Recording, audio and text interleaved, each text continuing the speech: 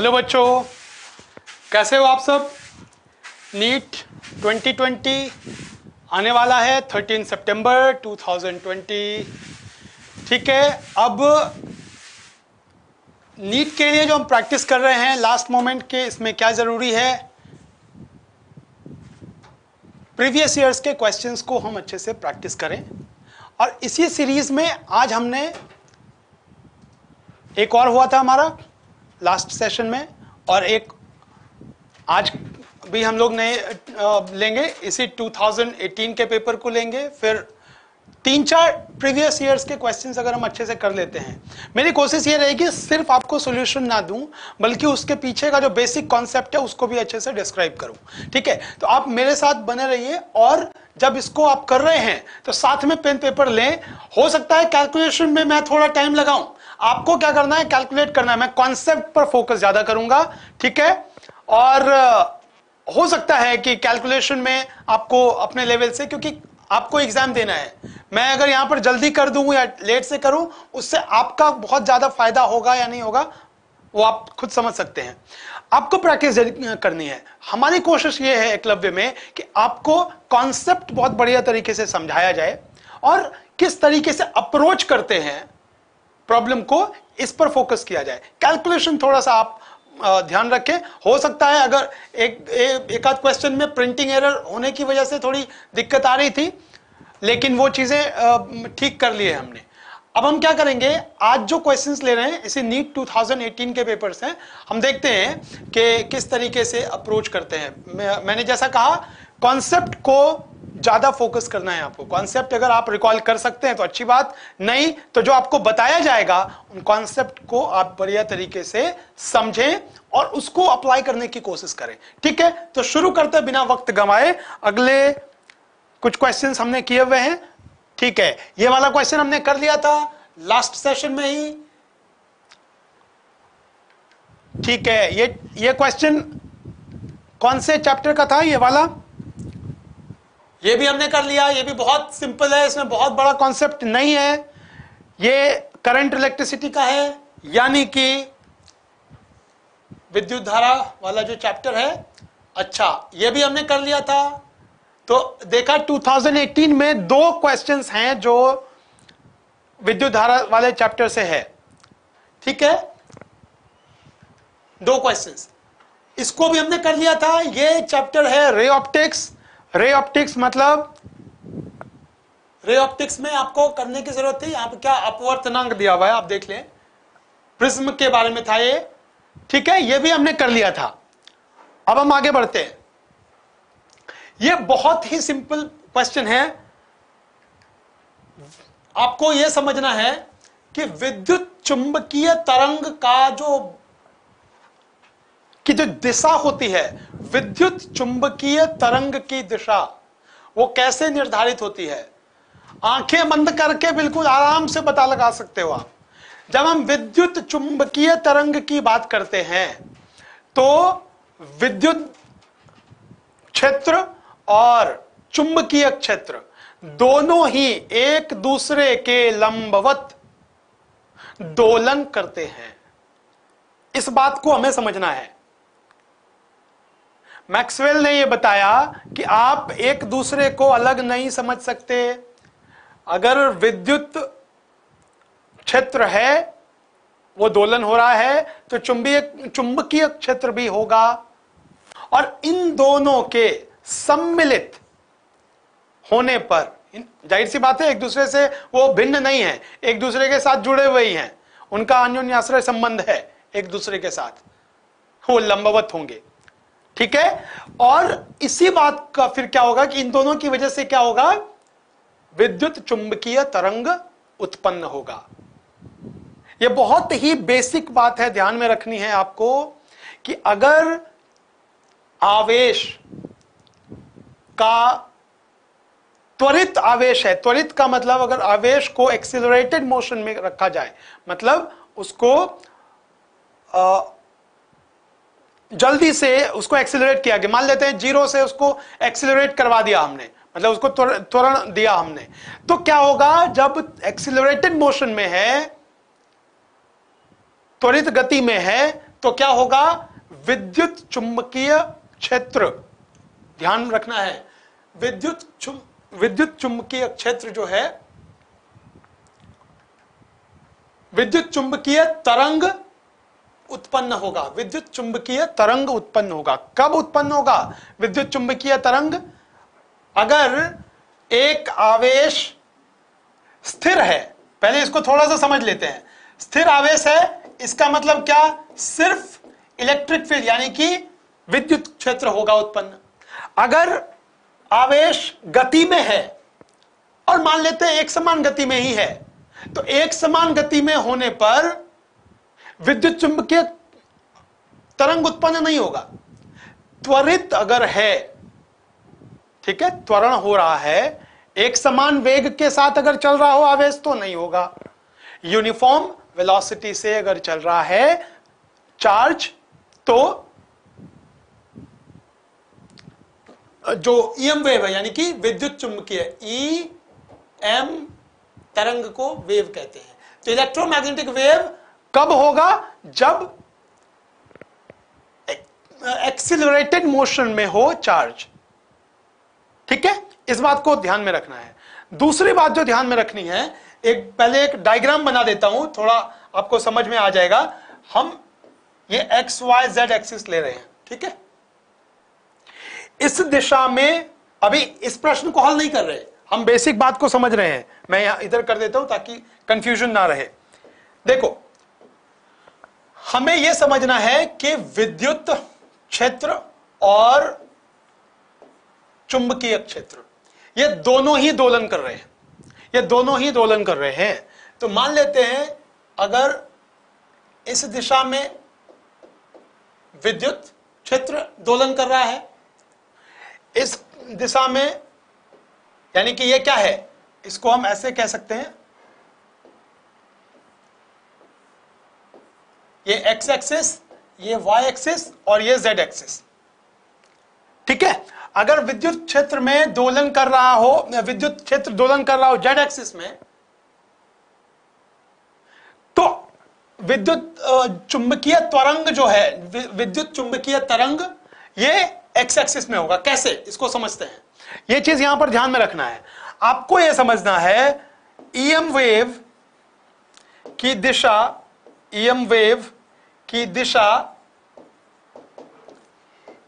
ई cross B की दिशा में होगा। मतलब बिल्कुल सीधा है, दिशा में होगा। यह बहुत अच्छे से समझना है, यह कॉन्सेप्ट समझना है कि इलेक्ट्रोमैग्नेटिक वेव की डायरेक्शन जो होगी वो कैसी होगी, इलेक्ट्रिक फील्ड की डायरेक्शन और मैग्नेटिक फील्ड की डायरेक्शन के क्रॉस प्रोडक्ट, यह समझना है। ठीक है, यह बहुत आसान है। ठीक है, तो अगर यह बात हमने समझ ली, direction of electromagnetic wave is along the direction of the cross product of electric field and magnetic field, cross product of electric field and magnetic field। बहुत आसान है ये। अब अगर ये बात हमें समझ में आ गई है तो क्या होगा, क्या ये पता नहीं चलेगा ये किसकी दिशा है, ये ईएम वेव की दिशा है, यानी कि सी।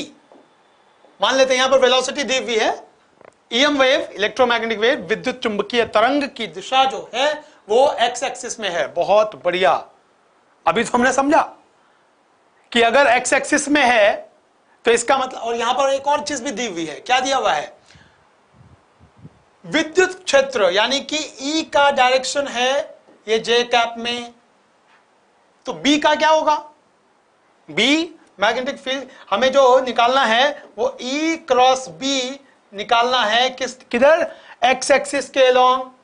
ठीक है, तो ई हमें पता है जे एक्सिस में है, यानी कि वाई एक्सिस में है इलेक्ट्रिक फील्ड। तो ये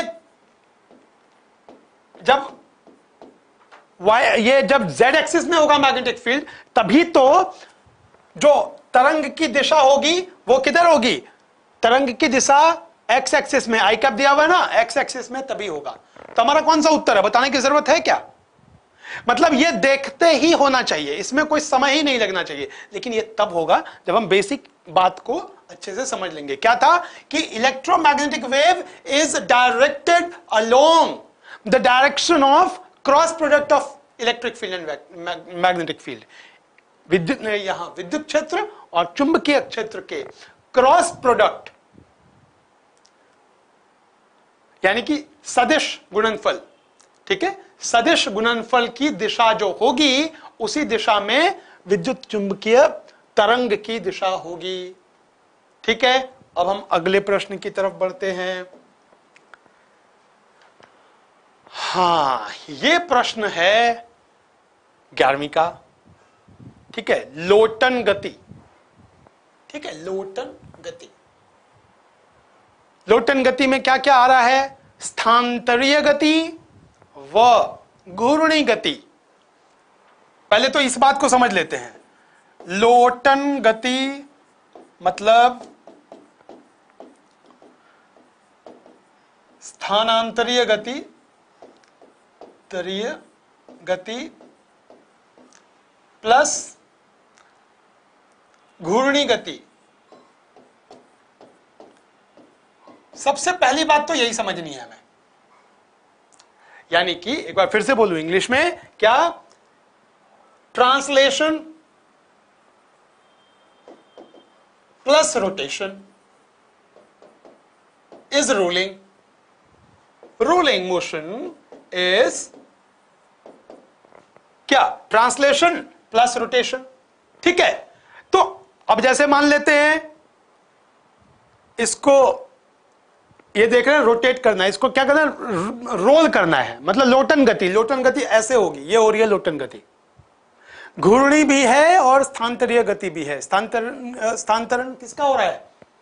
स्थानांतरण हो रहा है, स्थानांतरण हो रहा है किसका? इसके सेंटर ऑफ मास का। ठीक है, जब हम लोटन गति की बात कहते हैं तो इसमें घूर्णी गति भी है, ठीक है, और इसमें स्थानांतरण भी है। स्थानांतरण का मतलब क्या हुआ कि ये तीनों जो है, ये तीनों बिंदु, इसके ऊपर ये इसका केंद्र और इसका निचला हिस्सा, ये तीनों ही एक ही दिशा में चलेंगे, एक ही वेलोसिटी से। यहां पर क्या होता है घूर्णी में, एक बार मैं इसको अच्छे से बता देता हूं। ये घूर्णी जो होता है, घूर्णी क्या होगा? घूर्णी ऐसे होगा, यानी कि इसके इस तरह से, ये घूर्णी गति है। घूर्णी गति, और ये स्थानांतरण, स्थानांतरीय गति। मतलब सीधी सीधी बात है कि इसमें जो सेंटर है, केंद्र जो है इस वस्तु का, वो केंद्र यहां से इधर नहीं जा रहा, ये ध्यान रखना है। लेकिन यहां स्थानांतरीय गति जब है तो इस वस्तु का केंद्र भी उस दिशा में जा रहा है। ठीक है, केंद्र भी जा रहा है। जैसे पंखे की गति लेते हैं, पंखे में क्या, जो आप देखा होगा, पंखे में क्या होगा? उसका जो केंद्र है वो घूम नहीं रहा, जैसे मोटर लगा हुआ है, वो हिस्सा एक जगह से दूसरी जगह नहीं जा रहा, लेकिन उसके पंख जो भी उसका विंग जो है वो क्या हो रहा है? वो घूम रहा है ऐसे। तो घूमना इस तरह से हुआ, ये घूर्णी गति हो गया, स्थानांतरीय गति हो गया। इन दोनों का मतलब हो गया कि ये रोटेशन है, मतलब इधर भी जा रहा है, ये इधर ऐसे। ठीक है, इन दोनों को एक साथ अगर हम रखेंगे, ढंग से अगर समझें, तो हम क्या कर सकते हैं? इसको इस तरीके से दर्शा सकते हैं। इसको ये दर्शाएंगे, ये ऐसे होगा और ऐसे भी होगा। मतलब क्या हुआ? मतलब क्या हुआ कि इसमें ये, इसका केंद्र जो है, जब ये रोल करेगा, रोल करता है, तो इसका मतलब क्या हुआ? ये यहां से इसका सेंटर ऑफ मास जो, इसका केंद्र यहां से यहां तक स्थानांतरित भी हुआ, और ये घूर्णी भी हो रहा है, इस तरह से घूमते हुए भी आ रहा है यहां पर। ठीक है, तो इस बात को समझना है। अब मोटी सी बात यह समझनी है हमें, इस प्रश्न में क्या बोला गया है? गतिज ऊर्जा बोला गया है। अगर हम गतिज ऊर्जा, स्थानांतरीय गति की बात करें तो उसमें गतिज ऊर्जा क्या होता है? घूर्णी गति हो, पहले हम गतिज ऊर्जा, स्थानांतरीय गतिज ऊर्जा की बात करें अगर, तो हमें पता है, बचपन से हम करते आए हैं, half mv²। Kinetic energy translation में हाफ mv² होता है, ठीक है। अब अगर हम घूर्णी गति की बात कर रहे हैं, यानी कि रोटेशन में काइनेटिक एनर्जी क्या होगी, बिल्कुल इसी तरह से लिखना है, इसी तरह का होगा। क्या कुछ घूर्णी गति में मास की जगह पर जो आ गया वो क्या है, वो है आई। ये जो वेलोसिटी है उसकी जगह पर क्या आ जाएगा, वो आ जाएगा ओमेगा। तो जैसा इसके साथ किया है आपने, जो ट्रीटमेंट है वैसा ही कर दो। तो हाफ ओमेगा² क्या होगा, के आर, हाफ mv² क्या होगा, के टी। ये मोटी बात समझनी है आपको, पहले तो ये समझ लेते हैं, ठीक है। हमने क्या समझा कि घूर्णी गतिज ऊर्जा जो होगा हाफ आई ओमेगा² है। आई क्या है आपको पता ही है, मोमेंट ऑफ इनर्शिया। और ट्रांसलेशन में क्या है, ट्रांसलेशन में हाफ mv², ठीक है। इसी को हमने समझना है। अब जब हम लोटन गति की बात करते हैं तो इसमें स्थानांतरीय गतिज ऊर्जा और घूर्णी गतिज ऊर्जा को जोड़ देंगे, तब हमें क्या मिलेगा, लोटन गतिज ऊर्जा, ठीक है। तो लोटन गतिज ऊर्जा में क्या हो जाएगा, यहां पर मैं सीधा लिख देता हूं रोलिंग। ये क्या होगा, ट्रांसलेशन की काइनेटिक एनर्जी प्लस रोटेशन की काइनेटिक एनर्जी।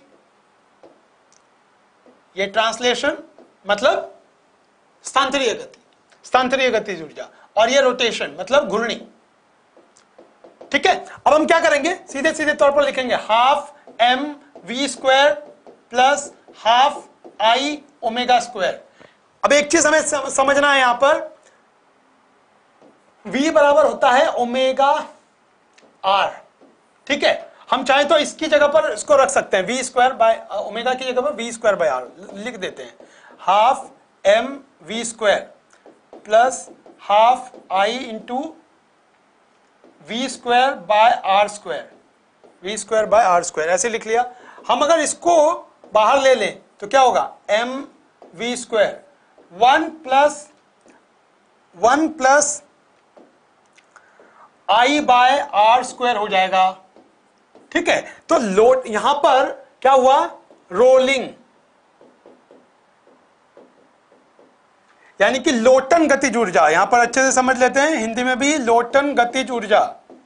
मेरी कोशिश है कि हिंदी और इंग्लिश दोनों ही माध्यम के बच्चे अच्छे से समझ पाएं कॉन्सेप्ट को। एक तरह से हम रिव्यू कर रहे हैं, और अगर हम इस तरह के प्रश्न को कर लेते हैं, अभी से लेकर के 10 सितंबर तक हम लोग बहुत सारे प्रश्नों को कर लेंगे, और उसके साथ साथ बहुत सारे जो कॉन्सेप्ट्स हैं वो हमारे रिवीजन हो जाएंगे अच्छे से, ठीक है। तो साथ के साथ इसमें करते चले जाते हैं। गतिज ऊर्जा, लोटन गतिज ऊर्जा जो है, यानी कि काइनेटिक एनर्जी ऑफ रोलिंग क्या होगा, ये निकल कर आएगा, ठीक है। अब हमने ये बात समझ ली है। यहां पर मोमेंट ऑफ इनर्शिया, अगर हम सॉलिड ठोस के लिए, ठोस गोले की बात करें, आई की वैल्यू हो जाएगा 2/5 mr²। ये भी हमें समझना है, इसकी भी हमें जरूरत पड़ेगी। अब हम सबसे पहले ये देखते हैं कि हमें निकालना क्या है, हमें निकालना क्या है, क्या निकालना है देखते हैं, ठीक है। यानी कि के टी ट्रांसलेशन बटा के टी प्लस के आर। तो इसको हम देखें अगर, तो ट्रांसलेशन काइनेटिक एनर्जी हमें क्या लिखा था, हाफ mv², ऊपर लिख देते हैं हाफ mv², हाफ mv² बटा, इन दोनों को ऐड करके रोलिंग के लिए जब हमने लिखा था तो क्या लिखा था, लोटन गतिज ऊर्जा, हाफ mv² गुना 1 प्लस i बाय r²। इसको लिख देते हैं, क्या करेंगे, half mv² into 1 plus i by r², ठीक है। क्या होगा जल्दी देखते हैं, ये हाफ mv² तो कट गया, ये और ये कट गया, बचा यही है, ठीक है। अब हमारे पास क्या है, जरा गौर करते हैं, क्या है, मैंने बताया आई की जगह पर क्या रखना है, 2/5। क्यों, क्योंकि ये ठोस गोला है, ठोस गोले के लिए जो मोमेंट ऑफ इनर्शिया होगा वो क्या होगा, 2/5 mr²। आई बराबर क्या लिखना है, आई बराबर 2/5 mr²। यहां पर रखने पर क्या होगा, 1/1 प्लस 2/5 है 2 mr² एक चीज और गौर करना, यहां पर क्या निकल कर आया, यहां m हमें रखना पड़ेगा, m रखना पड़ेगा।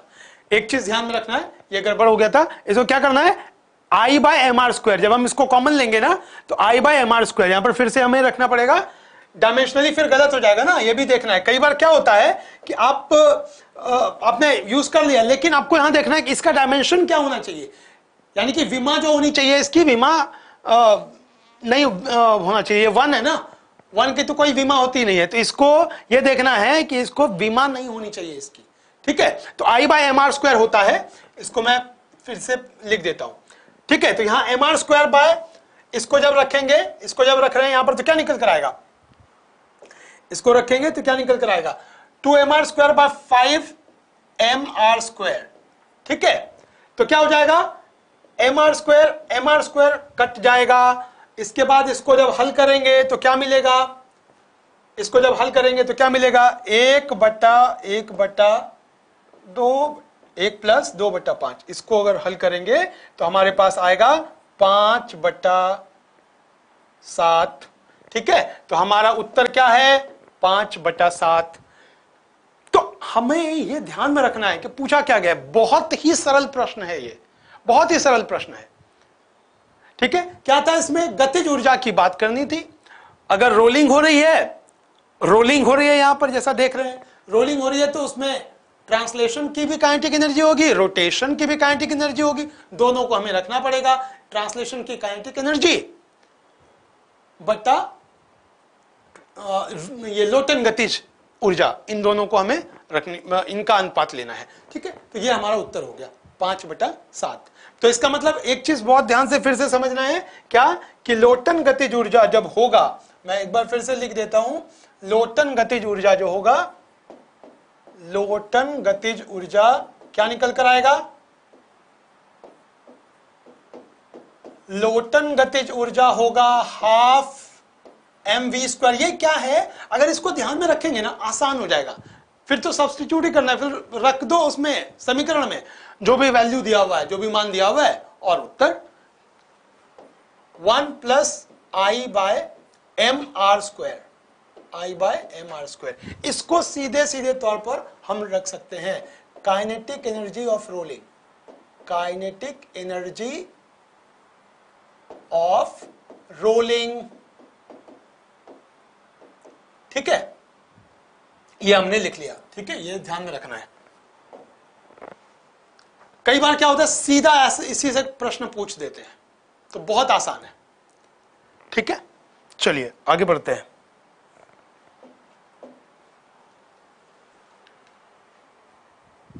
ये प्रश्न जो है, ये बहुत आसान प्रश्न है।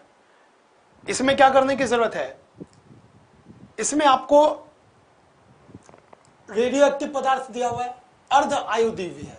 ये इस तरह के प्रश्न बहुत ही आसान होते हैं, लेकिन जरा ध्यान में रखना है इसमें कि हमें जो दिया गया है वो क्या है, और समीकरण जो होता है वो क्या है, उसमें क्या निकल कर आता है। समीकरण में दिए हुए जो भी प्रश्न है, इसमें जो भी डेटा दिया हुआ है, उसके आधार पर समझना है, ठीक है।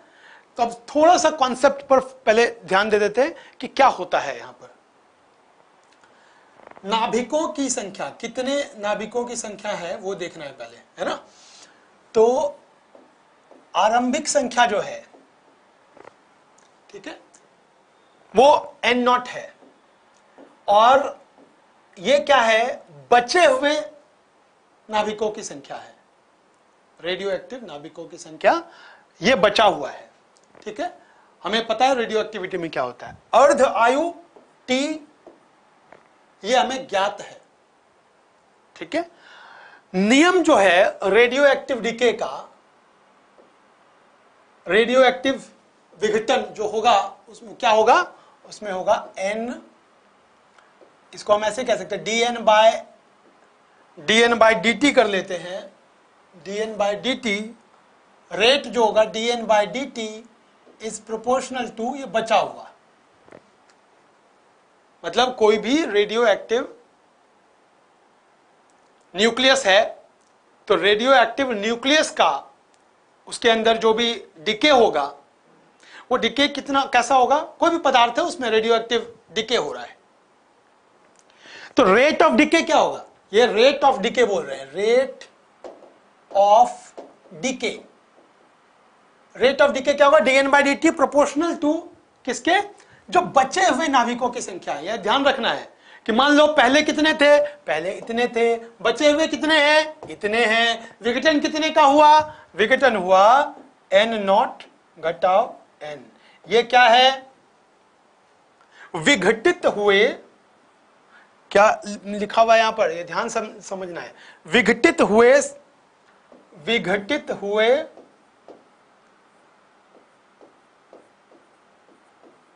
नाभिकों की संख्या, नाभिकों की संख्या, ठीक है, विघटित हुए नाभिकों की संख्या। आसान है ये।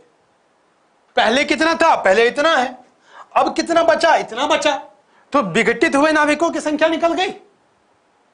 लेकिन यहां पर आप जब देखेंगे, इसको हल करेंगे, गणितीय सूत्र जब हल करेंगे तो क्या होगा? n बराबर n0 गुना e raise to power lambda into T. यहां पर क्या है? लैम्डा को हम क्या कहते हैं? लैम्डा को हम बोलते हैं डिके कांस्टेंट, विघटन स्थिरांक बोल सकते हैं इसको, डिके कांस्टेंट। टी क्या है? टाइम है। अब यहां पर ये एक और बात समझनी है। जब अर्ध आयु की बात करते हैं ना, अर्ध आयु की बात करते हैं तो हम कुछ इस तरह से संख्या को घटा रहे हैं, संख्या घट रही है। अर्ध आयु का मतलब यह हुआ कि पहले n0 था और एक अर्ध आयु में क्या हुआ? n0/2 रह जाएगा। ध्यान देना है, अर्ध आयु वो अंतराल है जिसमें बचे हुए नाभिकों की संख्या पहले वाले का आधा हो जाएगा। यह बहुत ही अच्छा प्रश्न है, इसको समझना है। ये साथ के साथ मैं आपको, और ये सबसे कमाल की बात यह है कि इस तरह के प्रश्नों में बहुत बड़ा कैलकुलेशन नहीं है, इस तरह के प्रश्नों में बहुत ज्यादा बुद्धि लगाने की जरूरत नहीं है। बिल्कुल ढंग से यह समझना है कि हमें जो दिया गया है, n0 दिया गया है, n दिया गया है, या फिर यह दिया गया है, और इसके आधार पर हमें क्या करना है, इस पर गौर करिए। यहां पर क्या होगा? यह है समय, ठीक है, यह अंतराल है। एक अर्ध काल अगर बीत गया, एक अर्ध काल अगर बीत गया तो नाभिकों की संख्या पूर्व में जो थी उसकी आधी हो गई। पूर्व में नाभिकों की संख्या जो थी उसकी आधी हो गई। दो अगर अर्धकाल बीत गया तो क्या हुआ? ये जो बचा हुआ है n0/2 उसका भी आधा हो जाएगा। अब अगर तीसरा अर्धकाल होगा, मान लेते हैं ये दूसरा अर्धकाल, तो ये 2t कर दिया, यहां पर क्या हो जाएगा? ये n0/4 हो जाएगा। एक और इसका भी आधा कर देंगे, 3 अर्धकाल बीतेगा तो बचे हुए संख्या क्या होगी? बचे हुए नाभिकों की संख्या कितनी होगी? बचे हुए नाभिकों की संख्या कितनी होगी? n0/8 हो जाएगा। इसी तरीके से ये चलेगा, ठीक है। अब हम आते हैं, ये बेसिक बात है।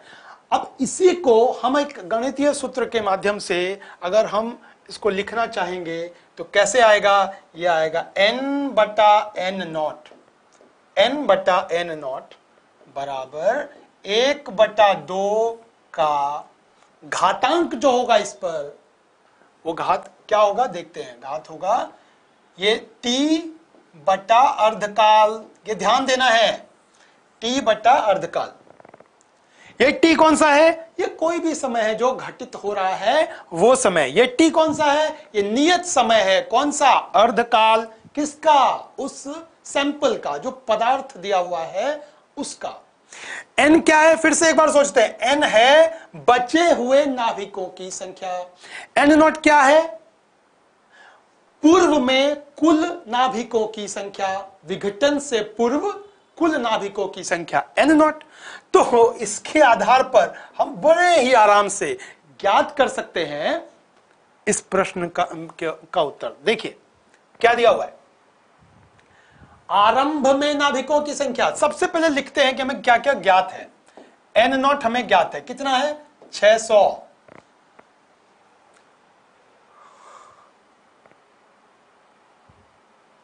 तो 450 नाभिकों के विघटन में, विघटित होने में लगने वाला समय, ये ध्यान रखना है। विघटित कितना हो गया, n0 माइनस n बराबर 450। हमारे पास जो उत्तर आएगा वो कैसे आएगा, उसके लिए समीकरण क्या है, n बटा n0 1/2 t बटा, ये दिया हुआ है, ये हमें पता है, मतलब ये सूत्र होता है, इसी सूत्र का इस्तेमाल करना है। लेकिन हमें जो दिया हुआ है क्या दिया हुआ है, हमें ये प्राप्त है ना, n तो हमें पता है ही नहीं, तो हम पहले n पता लगा लेंगे। n कैसे पता लगाएंगे, विघटन कुल विघटित हुए नाभिकों की संख्या कितनी है, 450। अब इसको अगर देखेंगे तो n कितना होगा, n हो जाएगा 600, यानी कि n0 की जगह पर हम 600 रखेंगे, n की वैल्यू क्या होगी 600 घटा 450, मतलब n की वैल्यू पता चल गई 150। इसका मतलब यह हुआ कि n की वैल्यू पता है, जो बचे हुए कुल नाभिक, अगर 450 विघटित हो गया, बचे हुए नाभिक कितने हैं, बचे हुए नाभिक सिर्फ रहेंगे 150। अब हम यहां पर रखते हैं और इसको निकालते हैं, क्या होगा 150 बटा 600 बराबर 1/2, इसके ऊपर t बटा अर्धकाल। इसका मतलब क्या हुआ कि ये हो गया 1/4 बराबर 1/2 और t बटा अर्धकाल। ठीक है, क्या इसके लिए बहुत मेहनत करने की जरूरत है, क्या निकल कर आया।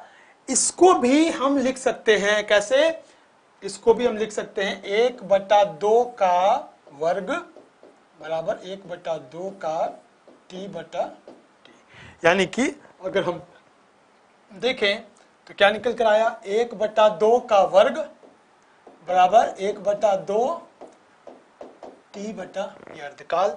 इसका उत्तर क्या निकल कर आएगा, इसका उत्तर ये निकल कर आएगा, जब दोनों का आधार सेम है तो इसका जो घात होगा कुछ इस तरह से लिखा जा सकता है। ठीक है, तो हमें निकालना क्या है, हमें ज्ञात करना है ये मान कि कितना समय लगेगा।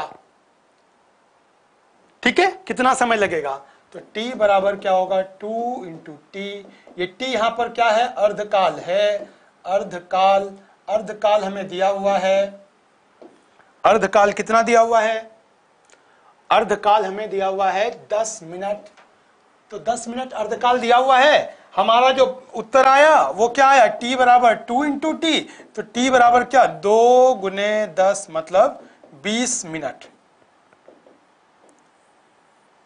20 मिनट, ये निकल कर आ गया। क्या ये आसान है, बहुत आसान है, बहुत आसान है। आपको सिर्फ ये ध्यान में रखना है, जो प्रश्न में दिया गया है विघटित हुए नाभिकों की संख्या दी गई है या फिर बचे हुए नाभिकों की संख्या दी गई है, इस पर थोड़ा सा गौर करेंगे। अर्धकाल वाले प्रश्न को इस तरह से आप हल कर सकते हैं, जब आपको ये ज्ञात है, ये वाला जो सूत्र है ना, इसको आप बहुत बढ़िया तरीके से ध्यान में रखेंगे, ये वाला सूत्र। ठीक है, तो इस सूत्र में आप ये मान कई बार पूछा जाता है ना, ये मान पूछा जाता है, या फिर ये भी हो सकता है कि आपको दिया गया हो, ऐसा हो गया, इतना समय लगा तो अर्धकाल क्या होगा, ये भी पूछा जा सकता है। तो इसी सूत्र में मोटी बात यही है कि इसी सूत्र के आधार पर आप ज्ञात कर सकते हैं। दूसरी बात यही समझनी है कि कितने नाभिकों की संख्या विघटित हुई है या बची हुई है, क्या बोला गया है। ठीक है, चलिए, इस बात को आप बहुत बढ़िया तरीके से समझ चुके हैं। अब हम आगे बढ़ते हैं और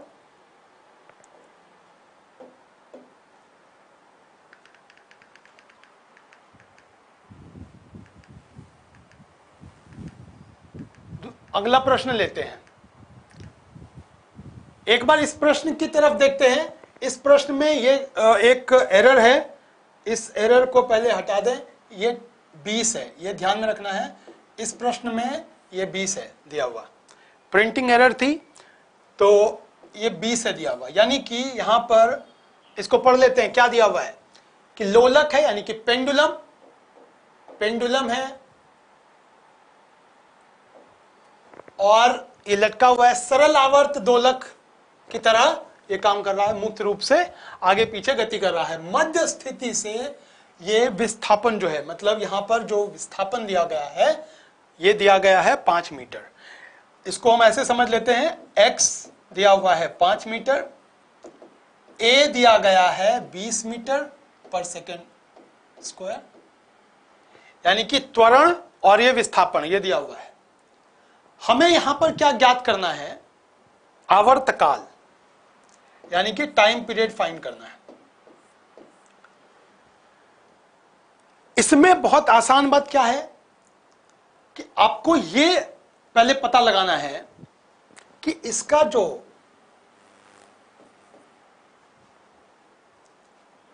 आवर्तकाल होगा, कौन सा, कोणीय आवर्तकाल बोल सकते हैं इसको, कोणीय आवर्तकाल नहीं, इसको हम क्या कह सकते हैं, एंगुलर फ्रीक्वेंसी बोलते हैं, ठीक है, एंगुलर फ्रीक्वेंसी। तो इसकी जो संख्या होगी, इसका जो मान होता है वो क्या होता है, 2π/t। हमें ये अगर पता चल जाए, अगर हमें ओमेगा पता चल जाए, ये वाला, ये जो फैक्टर है ये पता चल जाए, तो क्या हो जाएगा, टी पता चल जाएगा, आवर्तकाल पता चल जाएगा। दोलन में कितना समय लगा उसको हम क्या बोलेंगे, आवर्तकाल। एक दोलन का मतलब हुआ कि यहां पर अभी मध्य स्थिति से इस दिशा में गया, फिर अपनी मध्य स्थिति में आया, फिर दूसरी दिशा में अधिकतम विस्थापन हुआ, फिर वापस मध्य स्थिति पर आया। यह है एक दोलन, ठीक है, एक दोलन हुआ। अब इसमें कितना समय लगा, इसी को आवर्तकाल कहते हैं, ठीक है, इसी को आवर्तकाल कहते हैं। यह कोणीय आवृत्ति हो गई, ये ओमेगा जो है कोणीय आवृत्ति। अब इसको क्या बोलेंगे, त्वरण का इसके साथ क्या संबंध है, यह समझना है। पता है बहुत आसान है इस बात को पता लगा लेना कि आप सबसे पहले ये सोचते हैं x बराबर क्या होता है, a sin ओमेगा t। ये क्या है, विस्थापन, ठीक है, दोलन वाले। इसमें वेलोसिटी देखेंगे तो इसका हमने क्या कर लिया, dx/dt, तो ये निकल कर क्या आएगा, a omega cos omega t, ठीक है। अब जब इसको एक बार फिर से करेंगे, क्योंकि हमें त्वरण चाहिए, ये क्या है, ये इसका विस्थापन, ये इसका वेग और ये त्वरण, तो त्वरण क्या होगा, dv/dt, यानी कि इसको हम एक बार करेंगे विस्थापन, इसको डिफरेंशिएट करेंगे टाइम के टर्म्स में, तो क्या होगा, d/dt of a omega cos omega t, ये निकल कर क्या आएगा, minus omega square a sin omega t। इसका मतलब क्या हुआ, minus omega square into x. यही चीज हमें देखना है कि हमें एक ऐसा संबंध चाहिए जिसमें कोणीय आवृत्ति, विस्थापन और त्वरण, इनसे संबंधित एक समीकरण चाहिए। यह हमने प्राप्त कर लिया। आसान नहीं है, इसको जरा गौर करते हैं। हमें जो दिया गया है वो क्या दिया गया है, हमें x दिया गया है और a दिया गया है, ठीक है। x क्या है, 5 मीटर, a क्या है, 20 मीटर प्रति सेकेंड स्क्वायर, ठीक है। ये हमें प्राप्त है। अगर हमें यह प्राप्त है तो क्या करेंगे, अब एक और चीज देखें, यहां जो ऋणात्मक जो चिन्ह दिया गया है वो क्या प्रदर्शित करता है, वो प्रदर्शित करता है कि मध्य स्थिति से वस्तु का या दोलक का विस्थापन जो हो रहा है, वो विस्थापन तो होगा इस दिशा में, मध्य स्थिति से दूर, लेकिन त्वरण जो होगा, जो इसको वापस दोलन करने पर मजबूर कर रहा है, यथास्थिति लाने के लिए जो बल लग रहा है, उसमें उसका त्वरण क्या होगा, इस दिशा में होगा, इस दिशा में त्वरण होगा, ठीक है। यानी कि मध्य स्थिति से दूर विस्थापन और जो त्वरण की दिशा होगी उस दोलक की, वो मध्य स्थिति की तरफ होगी। तो ये ऋणात्मक जो है चिन्ह, ये ऋणात्मक चिन्ह इसी वजह से है, ये ऋणात्मक चिन्ह इसी वजह से है कि इसमें विस्थापन के विपरीत दिशा में त्वरण की दिशा है। ये बात समझनी है। लेकिन हमें यहां पर दिशा से मतलब नहीं है, हमें क्या देखना है, हमें यहां पर परिमाण के आधार पर देखना है। तो इसका जो परिमाण होगा क्या होगा, इसका परिमाण होगा a का परिमाण ले लेते हैं और ये ओमेगा स्क्वायर बाय एक्स, अब यहां पर हमें ओमेगा स्क्वायर अगर हमने निकालना है तो क्या दिया होगा, a बटा एक्स। ए कितना 20, एक्स कितना 5, ओमेगा स्क्वायर कितना, ओमेगा स्क्वायर 4, ठीक है 4, ठीक है। अब क्या करना है, अब ओमेगा जब प्राप्त हो गया हमें तो ओमेगा क्या होता है, ओमेगा होता है 2 पाई बाय टी। और जब हम इसका लिखेंगे ओमेगा, यहां पर कितना प्राप्त हो गया, ओमेगा की वैल्यू कितनी हो गई 2। अगर ओमेगा स्क्वायर 4 है तो ओमेगा की वैल्यू 2 हो गई। अब यहां पर क्या करना है, टी हमें निकालना है, ठीक है। तो ओमेगा इक्वल्स अगर ये होता है 2 पाई बाय टी, तो ओमेगा की वैल्यू क्या होगी, टी की वैल्यू क्या होगी 2 पाई बटा ओमेगा। मतलब क्या हुआ 2 पाई बटा ओमेगा की वैल्यू क्या 2, ये दिया हुआ है। तो टी का मान कितना हो गया, टी का मान हमारा आ गया, टी का मान हमारा आ गया पाई, ठीक है।